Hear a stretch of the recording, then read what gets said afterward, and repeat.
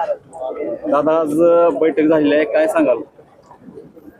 शिवसेना पक्षप्रमुख आदरणीय उद्धवजी ठाकरे साहेब येत्या 28 तारखेला धाराशिव जिल्ह्यातील निष्ठावान शिवसैनिकांना मार्गदर्शन करण्यासाठी येत आहेत।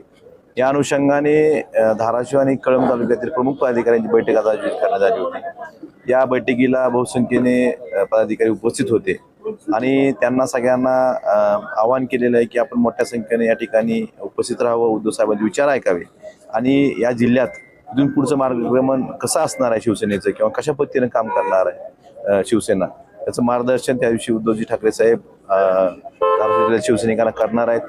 त्यांचा संदेश ऐकण्यासाठी, त्यांचे विचार ऐकण्यासाठी मोठ्या संख्येने उपस्थित राहावं यासाठी ही बैठक आयोजित करण्यात आली होती।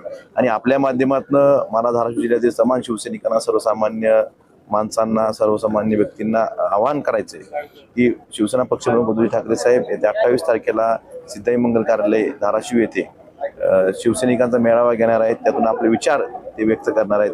या मेळाव्यासाठी आपण बहुसंख्येने उपस्थित राहावं एवढीच विनंती आपल्या माध्यमातून तमाम शिवसैनिकांना करतो। किती शिवसैनिक अपेक्षित आहेत आपल्याला?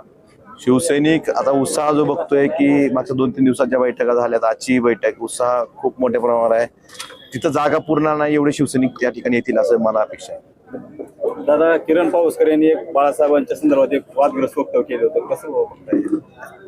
आपण आपल्या आई वडिलांशिवाय वादग्रस्त वक्तव्य करावं का? म्हणजे आपल्या त्यांनी जे वक्तव्य केलं ते ज्यांनी त्यांना संधी दिली, राजकारणात ओळख निर्माण करून दिली, म्हणजे स्वतःची राजकीय व्यक्तिमत्व ज्यांनी घडवलं त्यांच्याविषयी टीका करणं हे म्हणजे आपल्या आई वडिलांवर आपण काहीतरी बोलल्यासारखं असं मला वाटतं।